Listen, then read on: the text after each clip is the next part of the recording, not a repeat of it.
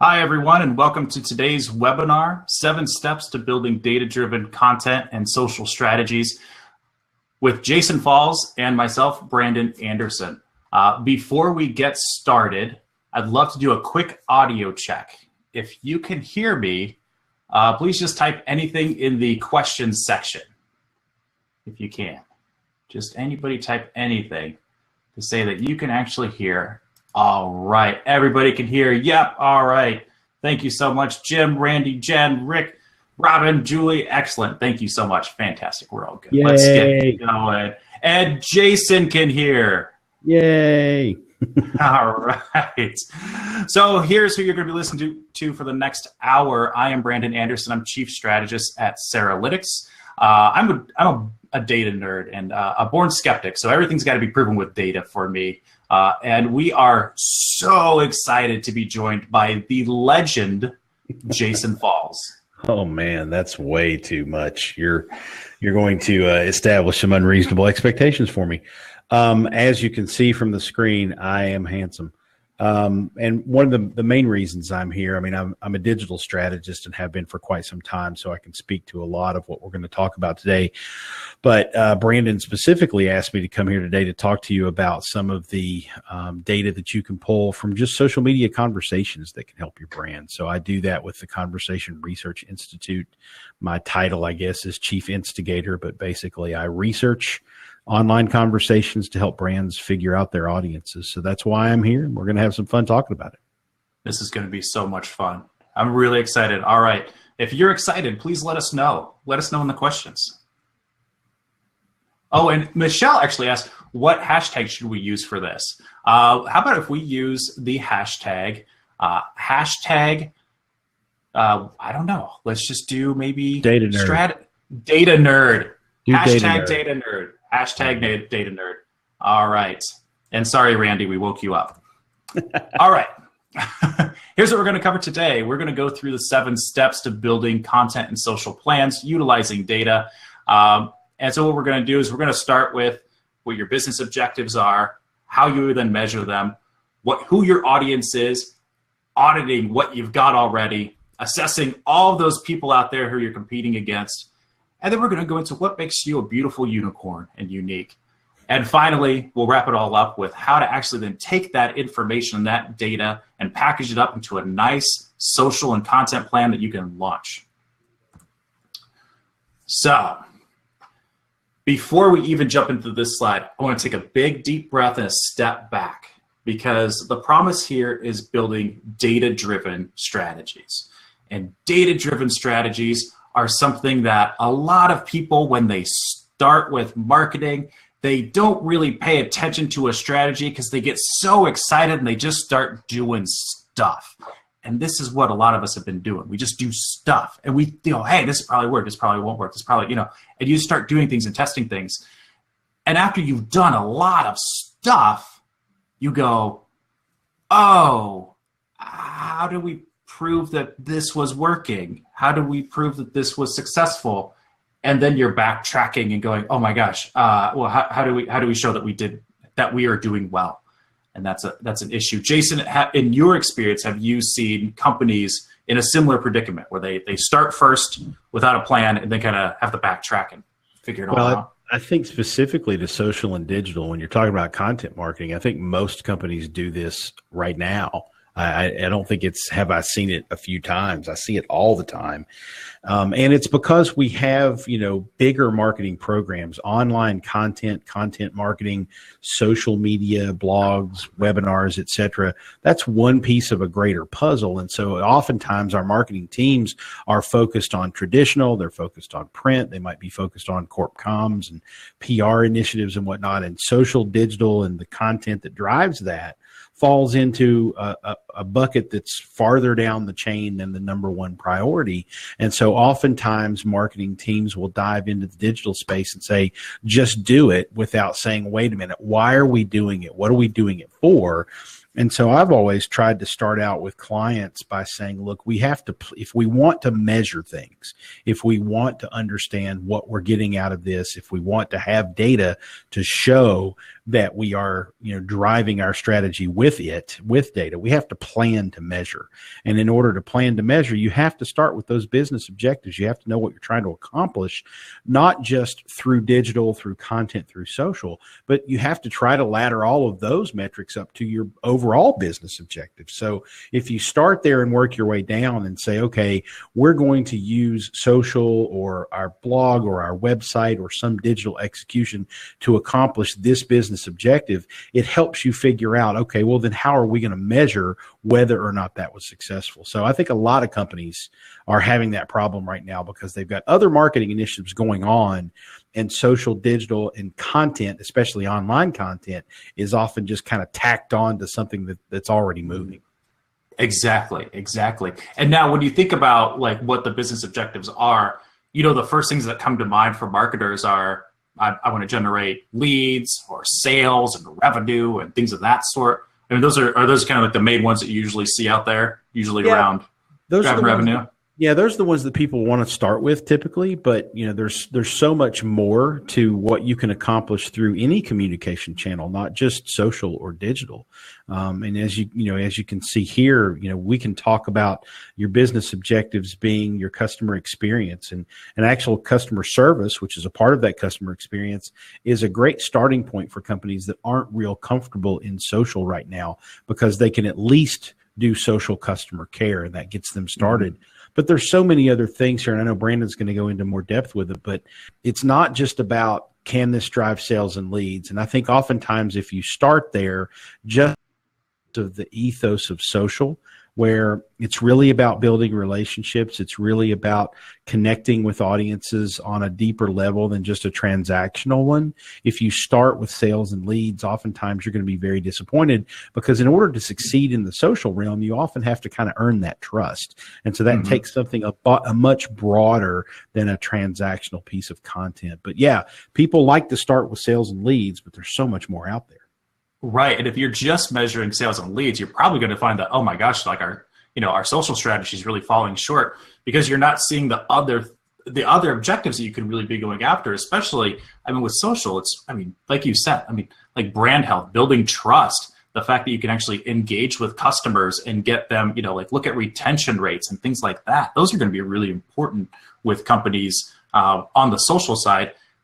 And then it's also really important on the content side too. Imagine, if you want to become more operationally efficient, okay, and combine that with customer experience. Well, if you have a call center that people are constantly calling, well, you know what? That's costing your business money. But if you can create content that is actually addressing those questions so that people can find the answers online instead of calling you, they're going to be saving money. And so, what objectives should you then be focusing on? Like, what should you as a company be focusing on, you as a marketer be focusing on?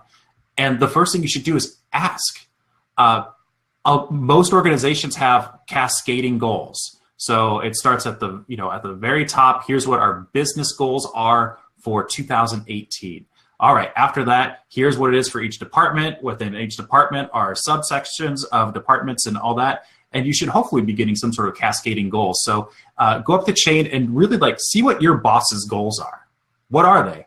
It's probably a combination of driving leads and operational efficiencies, but then also look across and say, hey, there might be some opportunity for us to also help with customer experience. That might not be a goal right now, but maybe it should be something that we address and say, hey, this is also something that we want to measure going forward. So not only are we going to show that our boss is doing well and that our department's doing well, but that we are also helping another department. So it actually shows how valuable you are and your content and your social strategies are to the entire organization. Yeah, if you come back to your boss with, well, here's the array of what social media, digital marketing, content marketing can do, and I know that some of our business objectives align with a few of these, but are there other operational efficiencies? Are there other areas where we can leverage the digital channels in order to accomplish other things, your boss is going to be like, wow, this person is thinking much more broadly about the business. They're not just trying to, get more time or resources or staff in order to be able to, to tweet and Facebook all day. They're actually thinking about our business and how we can move that forward. So I mentioned this earlier, that oftentimes we need to plan to measure. And Brandon, if you can go to the next slide, the planning to measure is one of those things where if you look at your business objectives and look at the success indicators, so if it is sales and leads, obviously those are success indicators of an overall business objective of growing revenue. But if you look at those business objectives and you sort of circle those success indicators, that helps you build content triggers to drive those metrics. But I put a couple other ones on here. Sales, obviously, they're in the middle. We understand that. We want to drive transactions. We want to drive sales. We want to drive leads. We want to drive website conversions, because we can measure that and we can attribute that to our blog posts, to our webinars, to our social content, to any of the online media that we're doing. And so we can, draw a direct hard line from efforts that we did in the digital social content world to some sort of financial outcome for the company. That's fantastic. But a lot of times, in order to tee up sales, you're going to need to do that top one. You're going to need to make people aware of who you are and what you're doing. So you need to look at metrics around awareness. And I think this is one of the biggest flaws that marketing departments have, is they're like, okay, we're going to do a brand awareness campaign. And then at the end of the campaign, or at some point, a checkpoint in the middle of the campaign, the CMO comes in and says, well, how much stuff have we sold? Well, you're not trying to sell things when you have an awareness campaign. You're trying to make more people aware. That's what you're trying to drive. So that's what you need to measure. So if your goal is brand awareness or product awareness, then you need to start looking at things like reach, recall for messaging that you might have out there in the marketplace. Is there any affinity toward you or your product that you can measure somehow?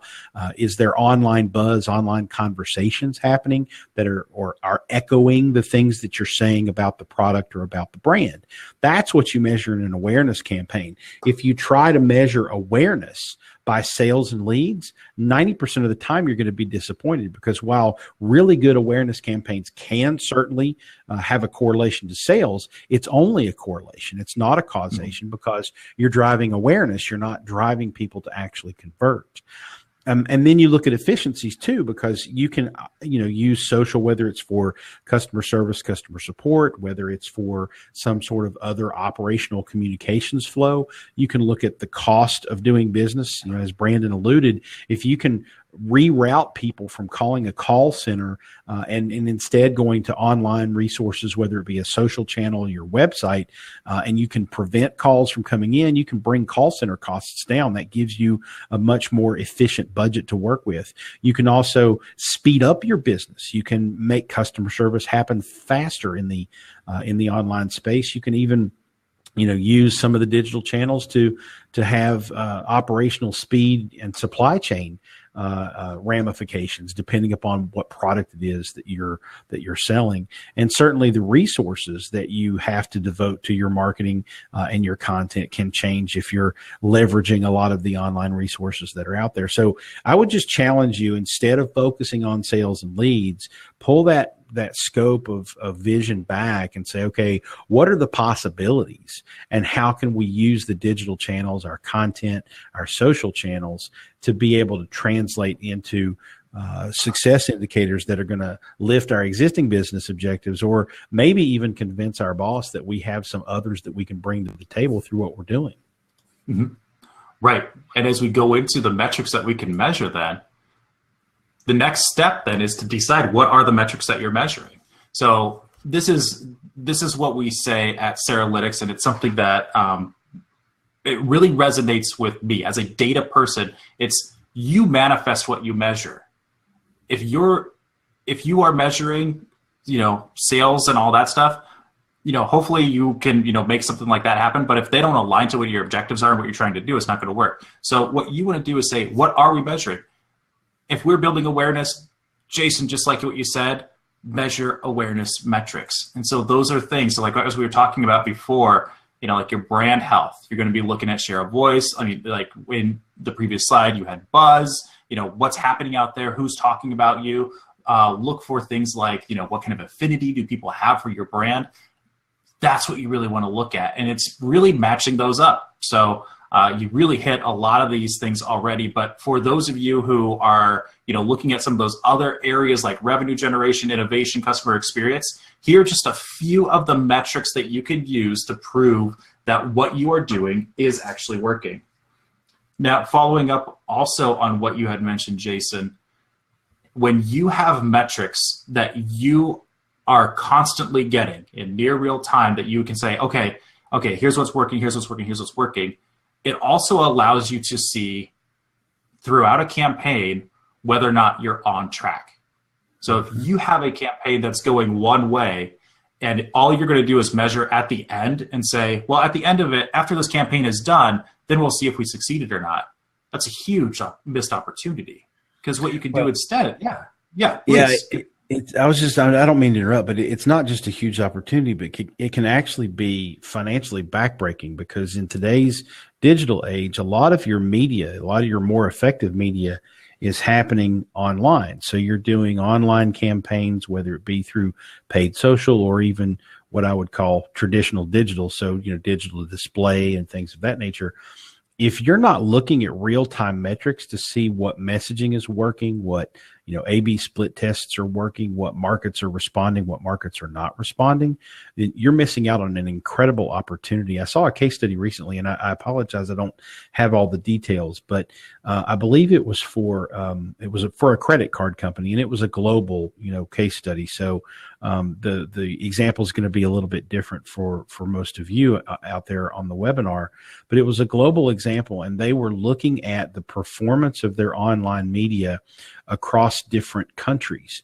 And so they were looking at an ad campaign that they launched that was targeted at Japan versus Singapore versus Australia versus the US, et cetera.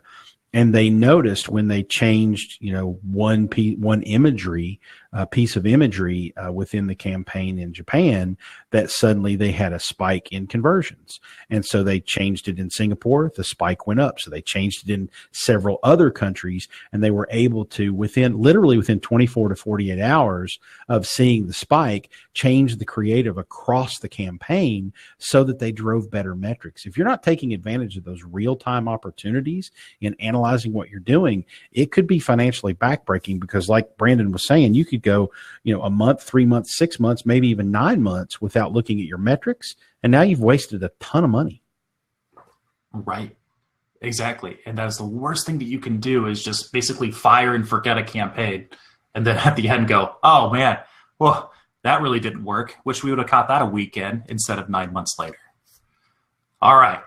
Content and social are big things, and marketing in general. And let's be honest, business in general.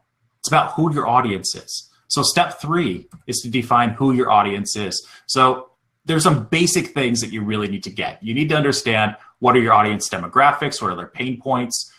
Also understand, where do they get their information? Are they going to YouTube to get videos for information? Are they going to certain publications? Are they going to trade publications? Are they doing more social? Where do they get that information? And then also, who influences them?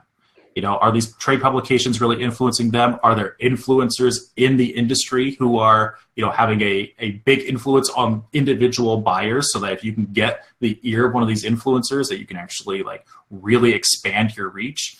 And then build out those buyer personas. Who is your persona? Who are you selling to? Build that out. And this is what, use all these things within your buyer persona to identify, okay, here's the person, here's their pain point, here's what keeps them up at night. And having that understanding is going to help you so much with all of your content, all of your social, all of your business, because it goes back to product too. Because if you understand at a product level what people's pain points are, you can even help your product teams develop better products. Absolutely. Let's look at some conversation data, because a lot of people see, all of the list of things that we showed you on knowing your audience, and they think, well, how am I going to find that? Because traditionally that happens through market research. So you have surveys, you have focus groups, you have, strategy firms come in and do some, crazy, analytics on your customer base. And then they give you this deck of information that says, well, here's who your customer is, and here's how they think, and here's where they shop, and so on and so forth. Well, you as a digital professional can do this yourself using basically social analytics and social listening data. So this is a look at, I did a research project recently for 21C, which is a chain of boutique hotels headquartered in Louisville, Kentucky, but with about 9 locations and growing throughout the country. And so this is the conversation volume about 21C over the course of a year. And if you look at this chart, I know it's a little hard to read on your screen, but the points of emphasis, the spikes in their conversation coverage, basically reading from left to right are: there was a major investment announcement that was announced on that first spike. The second spike is plans to open a location in Miami, Florida. So these are press releases, news information coming out about the brand. The third one is some negative news about a deal for an Indianapolis, Indiana location of the hotel chain that kind of fell apart there based on some local funding initiatives. The third one was the 21C hotel in Durham, North Carolina was actually at the forefront of the North Carolina bathroom bill, because that was where an LGBT individual was, they had come out and basically in support of LGBT individuals being able to use the bathrooms, and they had a sign on their bathroom that said, "We don't care," and it had sort of a gender neutral drawing. So they got a lot of buzz out of that. So that was interesting that they were able to capitalize on a news event and get a lot of buzz. And then the big one there is the one I want you to really focus on. That big spike in the number of conversations online about 21C was when a travel influencer visited 21C in Louisville. It was one person on one day visiting their hotel, and it drove over 155 conversations, which was far more than any of the other spikes, including the last one, which was a chef from one of their restaurants appearing on CBS This Morning. So this kind of gives you proof positive of, if you understand what your customers are talking about, what drives conversations, it's that natural third-party influencer. It's not necessarily traditional media, or at least third-party influencers can drive more volume of conversation than can traditional media. So that's interesting to know, and it helps inform how, do we reach out to influencers? If so, which ones, and how can we drive more conversation and more positive conversation? The next thing I want to show you is something from the Cheesecake Factory, which is another brand that we did some research around recently. And so understanding, and again, I'm using a standard social listening platform to find all this stuff. The difference between what social listening software does and what Conversation Research Institute does is we take the data from a social listening platform and we put human analysis on it to get rid of all the noise and just weed out the signal. So our data is better because we cleanse it. We kind of go through and filter it all out. But you can actually do this kind of on a correlation basis by not even without cleansing, as long as you're able to use the tool pretty well. But if you look at the topics of conversation online over the course of the year about the Cheesecake Factory, you can see that customer engagement, store check-ins, or mentions by far and away almost 3 times more than any other topic. But it's store check-ins. It's people checking in on Yelp. It's people checking in on Foursquare or Facebook, or just mentioning that they're at the store. That's not a real deep point of engagement. The next level down is reviews or recommendations of specific menu items. So now you can really start to understand when people mention the Cheesecake Factory, they're actually reviewing something specific that they ate there. You can go in and look at those conversations and say, well, what are positive, what are negative, what menu items do people like, what do they dislike? So now you can really start to understand far beyond demographics. You can start to understand what they're having conversations about. Another couple of things that's interesting to point out about this particular chart is that the third item down is that purchase intent. They're planning to go to Cheesecake Factory. Lots of people say, I'm so excited, I'm going to Cheesecake Factory for dinner. That's great to know. So that's something the brand can amplify. But if you keep going down a few more, you can see customer support, other complaint or protest. So that goes to show you when something goes wrong, how much of an impact it can have, so that you have awareness around customer service, so that that customer experience metrics can be affected too. It just so happened that over the course of the last year, there were apparently some police officers on duty, I believe in Washington State, who were asked to leave a Cheesecake Factory because they were armed. And it may have been off-duty police officers. I don't recall the specific story, but it was rather controversial and caused obviously a lot of negative conversation around the brand there. The next thing I want to show you is one of my favorite charts to show you. So this is a look at a 1 year's plot of conversations about dinner. And I did this to pitch a company several years ago. I think this was from 2014, 2013, around in there. And so it was a frozen food company.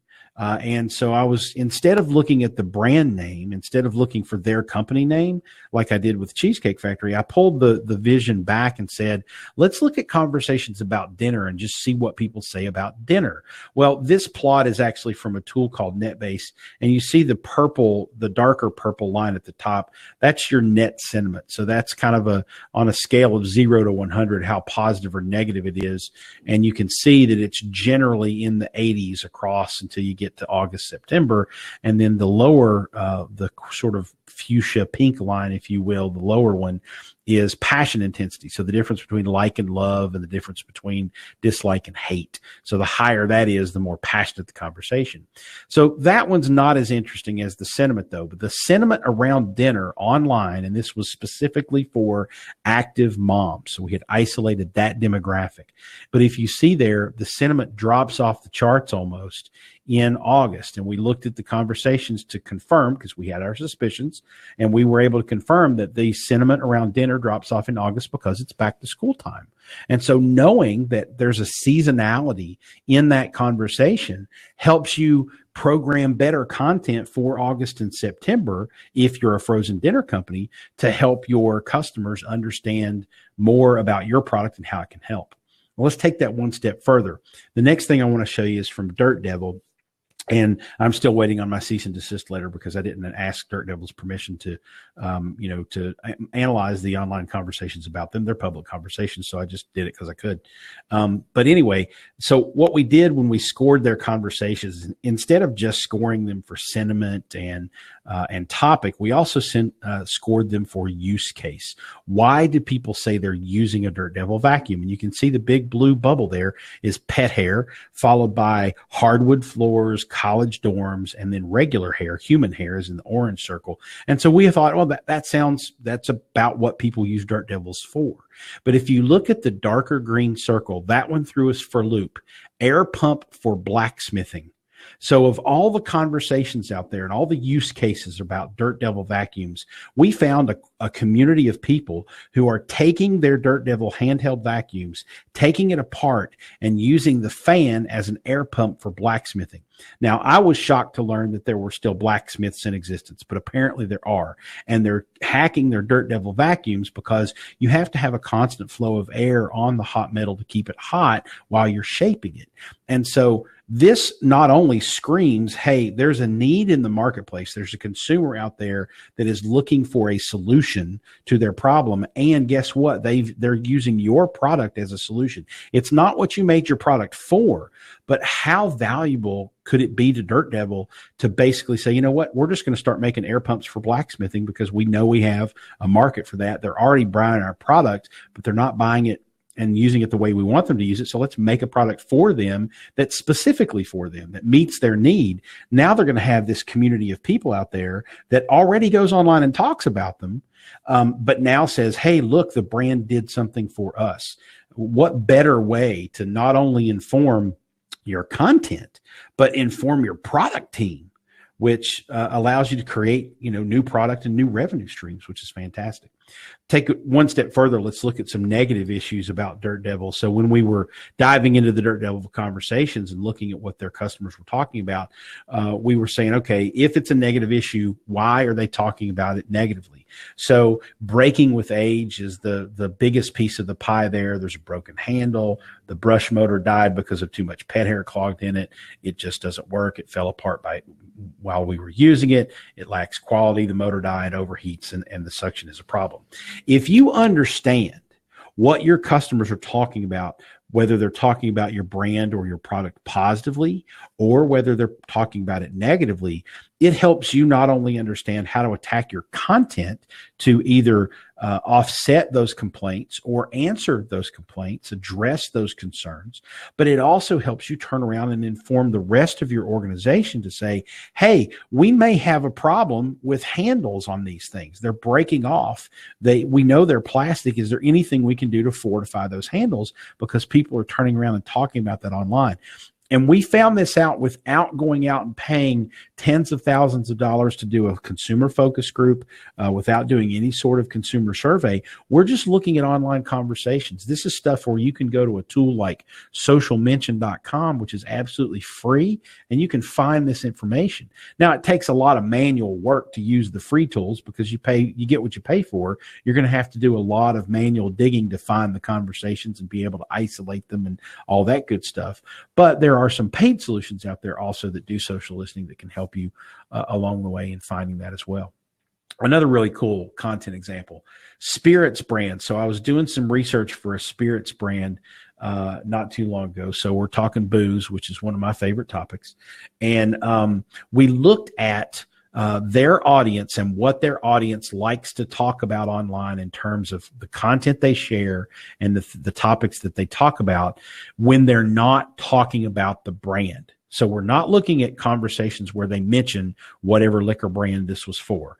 We're talking about all their conversations. So we're going through and analyzing anyone who likes the brand, and we're looking at their conversations on public areas, Twitter, parts of Facebook that are public, Instagram parts that are public, etc. Food and drink makes perfect sense. These are spirits, fans, so they're going to talk about food and drink. Travel, though, threw us for a loop. They index almost 2.5 times higher than the average internet user, which is what that comparison is, the blue bars over there on the side. So the people who are spirits brand fans of this particular spirits brand, they talk about food and drink 238% more than the average person. They talk about travel 235% more than the average person. Travel threw us for a loop. We knew music. We knew health and fitness. We suspected automotive. We suspected outdoors a little bit. We weren't real sure about pets. That kind of threw us for a loop. But we thought television, movies, sports. Sports actually index under 100%. So they talk about sports less. Television indexes 20% under. So it's 80% of what the normal internet person would talk about, how they would talk about television. But travel threw us for a loop. So we went back to the brand and said, you're talking about music, you're talking about television, you're talking about sports, but your fans are talking about travel. We need to change your content so that your content resonates better with your audience. And so that's exactly what we were able to do because we were able to understand our audience better. That is so cool. And the idea of travel coming up in that, it completely, when you actually then think about it, it's like, oh, it does actually make sense. People who are more adventurous and like choosing liquors and things like that, they're probably more apt to have more spending money and being able to travel more and do things like that and probably travel to different places and try different liqueurs. And, when you think about it, it does make sense, but it's not like intuitive that you just think that automatically. Exactly. I would have thought absolutely sports would be I would have too, and that surprises. But the other thing that was cool, because this particular spirits brand was more of what I would call a younger adult demographic, so they were from like 21 to 30-ish, and so that kind of makes you scratch your head on travel. When we actually looked into the travel content, it was people talking about taking road trips. So it was college age adult drinkers, who are like, hey, let's go to Nashville for the weekend, or let's, go down to San Diego if they're in Los Angeles. So it was that kind of travel. So you can even drill in and get really specific about what type of travel they're talking about. That's fantastic. Wow, it's amazing insights that you can get for, next to nothing. No focus groups or anything like that. You're just pulling what's already out there that people are talking about openly. You're just pulling it in and analyzing that data. And now you have a really good idea of who your buyer is and what's interested to them. Mm-hmm. That's awesome. So the next step that we're going to do, this is a content audit, or an audit of your content, both on your website and social. Now, if you've ever done a content audit, this is probably how you felt as soon as I said the word content audit. They are painful and horrific, and they make you want to cry. This is, if you've ever done it, a content audit is basically, you're going through every single piece of content that you have. Every piece of content that you have, you're looking at all of your social content, all of your content on your own website, and you're analyzing, okay, what are the topics? What are the topics doing that are driving awareness to your site in terms of like what's pulling people, in, like what's actually working? Because you're going past just like page level metrics. You're looking at, okay, what topics overall? So what things are bringing people in? You're looking at what things are actually driving engagement. What keeps people on my site? What keeps people coming back? What keeps people sharing my content? What things are engaging on social? These are all the things that you need to determine. And if you are creating a lot of content and you're creating a lot of social content, this is a bear to do. But then you also want to look at what's driving conversions, and then what does your buyer's journey look like? What does it look like to bring somebody into your brand? What actually engages them there and keeps them there and gets them in that consideration phase with like, wow, okay, like this is a cool thing. I could be swayed to buy something like this when the need arises. You've built trust with me. And then what is it that gets them to finally convert, to make that sales action or whatever that objective is that you want them to do? So what does that look like? And that's what you're trying to figure out with a content audit. Jason, you mentioned briefly about what you've done at the Research Institute and the things that you are pulling together and making you're making sense of a lot of data. And Ceralytics, just to throw this out there, and not just Ceralytics, but there are other content intelligence platforms too. But content intelligence actually saves the day here, because instead of you going out and doing all this yourself and spending weeks and weeks and months pulling this data together, content intelligence does it for you. It actually goes out, it reads the content on your site, it identifies what the topics are on your site, and then it says, okay, here are all the topics that every page is about. This page is about these topics, this page is about these topics. And then it combines that with all of your own metrics, and then it can tell you, hey, here's what's driving awareness, here's what's driving conversions at a topic level. And there's a lot of great stuff, and it's going to tell you that information right now. You're not going to have to wait 6 to 10 weeks to do it manually and basically have nothing else that you're getting done in that time frame. But don't forget social. Right.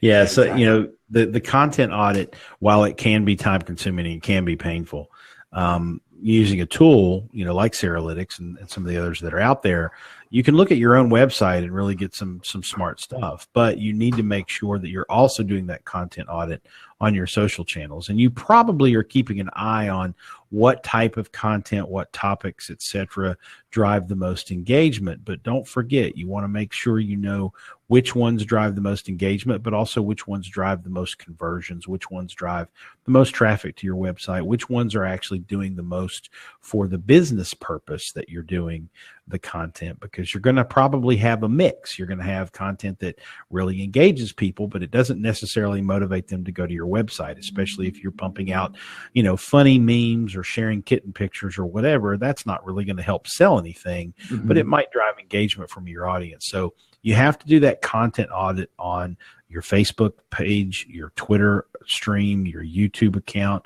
your Instagram account, any of the other social networks you use, so that you can not just understand the impact that your site has and its content, but the content that you're putting out there in front of audiences that aren't necessarily coming to or looking for your website. So that content audit doesn't end with your website. Don't forget that. Right. And the other thing to keep in mind is that social and your website have to work together. And a really good content audit will tell you what channels are actually working for you. And I'll give a quick example. One of our, actually more than one of our clients, but one in particular, one of our clients has a lot of topics that we identified for them, where the topics were things that don't get a lot of SEO volume. So not a lot of people are searching for these topics. And, you know, if they went to an SEO firm and said, hey, what should we be writing about? The SEO firm would say, oh, these are topics, you know, here are topics that get a lot of search volume. You can rank for them. Just write about these things. And what's different about a real good in-depth content audit that includes social is that we were able to identify, hey, here are topics that don't have a lot of SEO value. However, they do great on social. So for whatever reason on social, it gets people's attention. They're really going after it, but it's not necessarily something that people search for, but it's something that when it comes across their stream, as you know, within Facebook, Twitter, LinkedIn, whatever, if it comes across their stream, it gets their attention. So understanding what gets people's attention versus what people are searching for is also very important in terms of what you're creating on your site and then how you are promoting it on social. All right, so you probably have competition. So what you need to do is look at your competitors. And the biggest thing about looking at your competitors is that you are going to get outside of your company's bubble. Your company has a bias. Everybody inside of your company has a bias. And your bias is that you look at the world within your company and you think, hey, we're creating the things that are solving this problem. And you look at it in a very specific way, whether you think you do or not. By getting outside of your company's bubble and looking at what your competitors are doing and understanding what's working for them, you're going to gain some new insights into what your audience actually cares about. So look at, okay, my competitors, they might have certain topics that they write about that we don't cover because we think, that's not what we do. Well, guess what?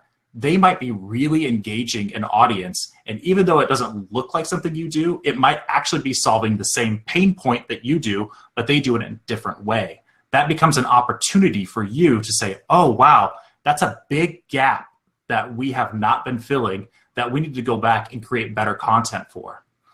The other thing you can do is you can establish what are your competitive differences. What are the differentiators that you have versus your competition? This is something that you really want to look at. Again, you know, there are tools. You can go out and get focus groups on this information. There are software tools that you can do that look at this. Ceralytics is a tool that will look at your competition. So you just say, I want to look at these 10 websites and identify what's working on them. And Ceralytics will actually identify, here are the topics that work on that website. Here's how that brand positions itself. And that's going to be the information that's really going to help you understand this is what our audience cares about outside of our circle of influence. So we're going to go from our little pond that we're fishing in, and we're going to go out to the big ocean and start fishing out there. But don't forget social.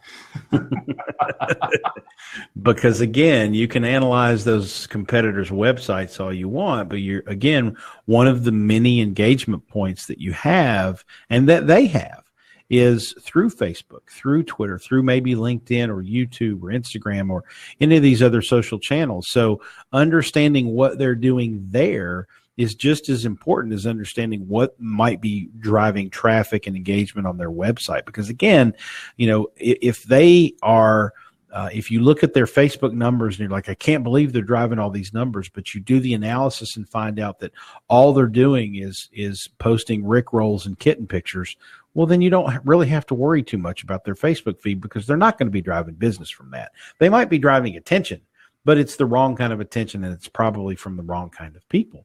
But if you look at their Facebook content and their Twitter content, and it might be that they just have their website propped up as this is where we're going to funnel leads, and we're actually going to leverage social channels for the real content that we push out there. If you're ignoring social, you're missing what they're doing, and therefore you're missing opportunities to understand what topics are driving engagement around them. And it's not necessarily that we're recommending that you go out there and do a me too. You may look at their content strategy and say, well, they're focused on these 3 things, but they're not hitting these 5. We're going to hit those 5 really hard, and we don't think we need to necessarily compete with them on the 3 that they're going after. So again, it's not we want you to understand your competition so that you can copy them. It's so that you can look for the gaps in their strategy, and hopefully you're lucky and you're looking at competition that doesn't have a strategy and is kind of all over the board, if they even have content at all. That way, you know, if you go in with an organized plan, they're going to have to analyze you in a couple of years when they catch up and figure out they're doing it wrong. We had that perfect example. We had a client who was going out and they were looking at their competition, and they were saying, our competition is killing us with like this one thing. They said, this is where our competition is killing us. So we ran we ran the audit, we ran the competitive intelligence on it, and we found that that topic actually wasn't doing anything.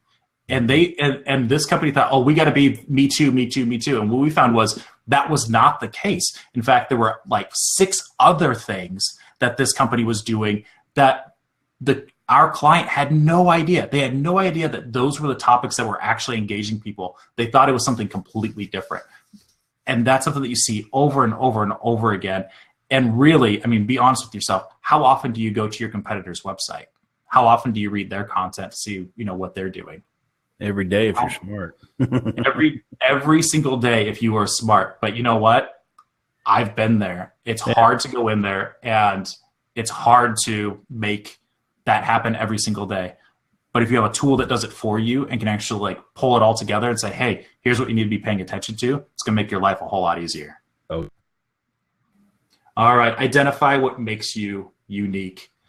This is a huge one. And Jason, I know, like, you know, Jay Bear as well. This is his big thing. He's like, find what makes you unique, you know, really like figure it out.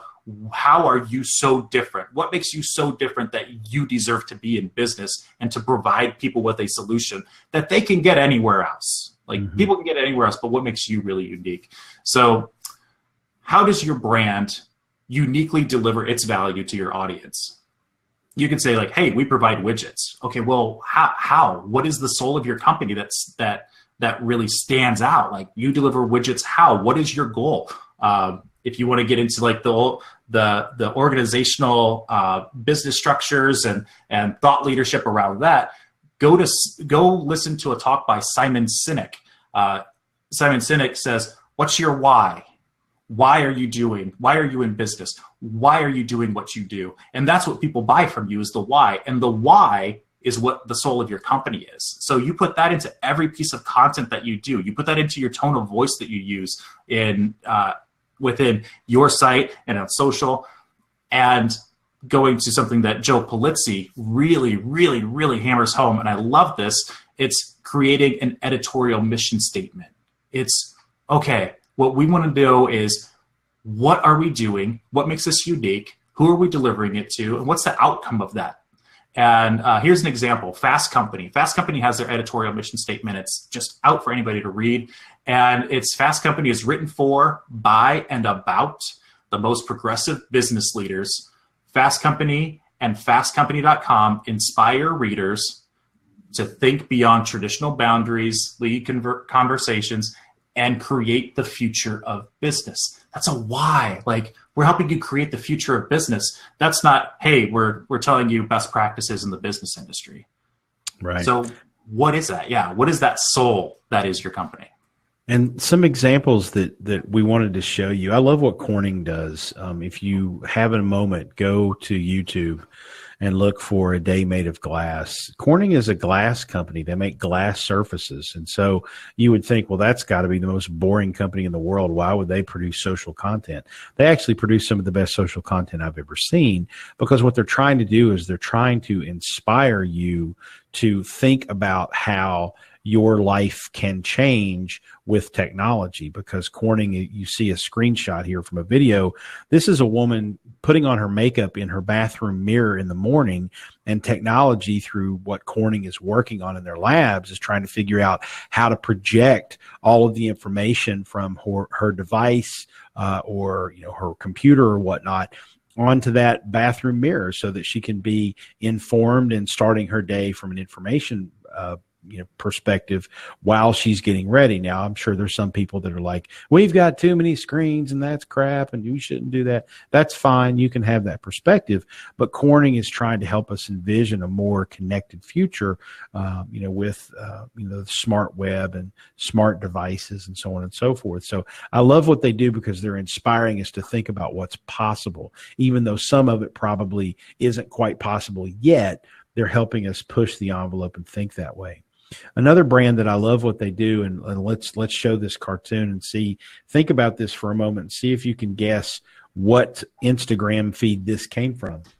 This actually came from one of my favorite brands, and some people are, a little cold on this brand. They have some polarizing content, if you will, depending upon your perspective. But this is actually an Instagram post from Dollar Shave Club, and they have recently sort of defined their editorial mission statement and their editorial calendar. They're obviously trying to reach men between the ages of probably 18 and I would say probably 35 or 40. And so their content is a little edgy. Their email newsletter is fantastic. They have headlines that have nothing to do about shaving. It has everything to do with just being a man, being a manly man in this world, and the challenges that you deal with. There's a sense of humor to it. And so their content is really super engaging, and their editorial mission is to really capture the attention of people, men in that age range, and their content does a good job of that. Another example I wanted to show you was this is an Instagram post from a company called Over. If you're not familiar with Over, it is an app, a smartphone app, iPhone primarily, that allows you to put text over photos. So think of it as kind of Adobe Photoshop in your pocket. They're a client of mine, and I've worked with them for a while now. Actually, the founder of the company is a former business partner of mine back in my Social Media Explorer days. But what they do with their content is they try to inspire people to be creative, to create, because they know if you, even as a small business owner, and you're not necessarily a designer, they know that if you can be inspired to create a little bit, their tool is a very easy tool to help you create. So there's a business outcome on the other end of that, but their content is all around trying to inspire you to think creatively and be creative. And then the last example I wanted to show you was actually something that I'll have to talk you through. This is going to be some fun videos for you to go search for later on. There is a group of people in Kentucky, my home state, called Kentucky for Kentucky, and I happen to work with one of the gentlemen who's behind the Kentucky Kicks Ass campaign, which was kind of a rogue guerrilla effort to take over the state travel and tourism, marketing and slogan a few years ago. This is not endorsed by the state of Kentucky, but is just sort of a consumer fan group that's doing it. Well, they actually have a Kentucky for Kentucky store, a Kentucky Kicks Ass store in Lexington, Kentucky. And I would challenge you to go to KentuckyForKentucky.com and look at their television commercial, because they did this outrageous television commercial that was just completely off the wall humor. They have Kentucky, basically fried chicken gold necklaces. They have horse breeding socks. They actually have colored socks with two horses in the act of breeding on it. So they have some really goofy, off-the-wall things, just trying to sort of sell this very different image of Kentucky to the world, because the image, quite frankly, being a Kentuckian, I can say this, the image that the world often sees about us is not necessarily that we're progressive, that we're innovative, that we're thinkers. And this group of people actually puts the image out there that we're fun and we're innovative and we think differently. And I would challenge you to go watch their commercials. But the great thing about it is they started out as just trying to sort of hijack the state's travel tourism slogan. They ended up putting out a bunch of T-shirts and sweatshirts and sold enough of them that they thought, well, we can open up a retail store. And now they actually have a measurable business that they drive revenue to through engaging content that is primarily driven through their social channels, their website, and the occasional rogue TV ad that one television station actually agreed to run here in Lexington, Kentucky, which was really kind of fun. So go to their website and check that out. You get probably inspired and quite disturbed at the same time.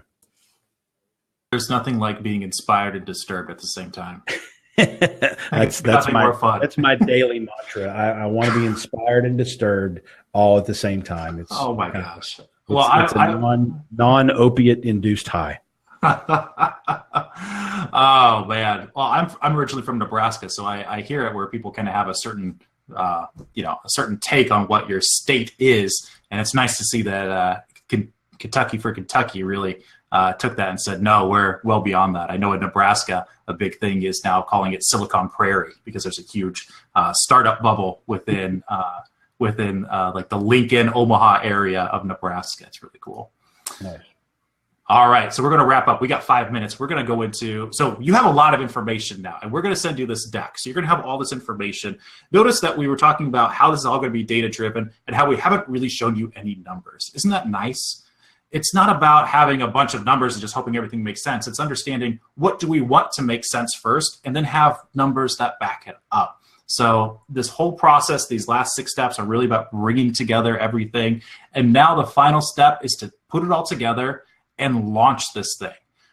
Up until now, this is a lot of stuff that you see best practices, and people usually when they say, hey, you're going to launch content strategy or a social strategy, they usually start with this slide and they've forgotten about the other 6. So the other 6 are very important. And now we're going to get into the things where you're actually transforming what is a strategy into actual action. So now you have all this information. Now you can actually sit down and start doing the more right brain fun stuff. Like, what are we going to be creating? What mediums will we focus on?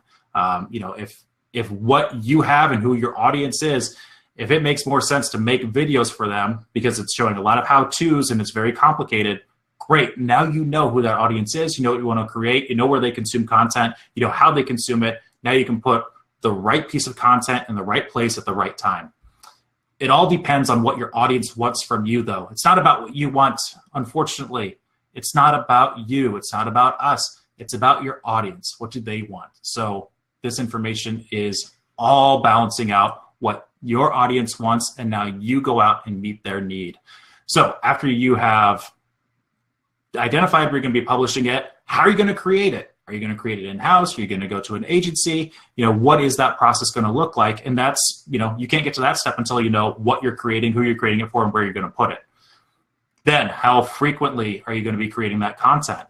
I am not one of those people who thinks that you should put a blog out every day. We see much more success from creating great pieces of content when you can. Don't just create content for content's sake. And then what's your promotion strategy? And on the right-hand side here, it's pretty small, but these are the places where you can put your content. And, social is a big piece of that. But we're looking at are really the big 4 of what's called PSOS. You're looking at your paid, earned, shared, and owned channels. Where are you going to promote it? Based off of what you're creating, you can then say, we're going to put it on these channels. And then you can say, okay, this makes sense for influencer marketing.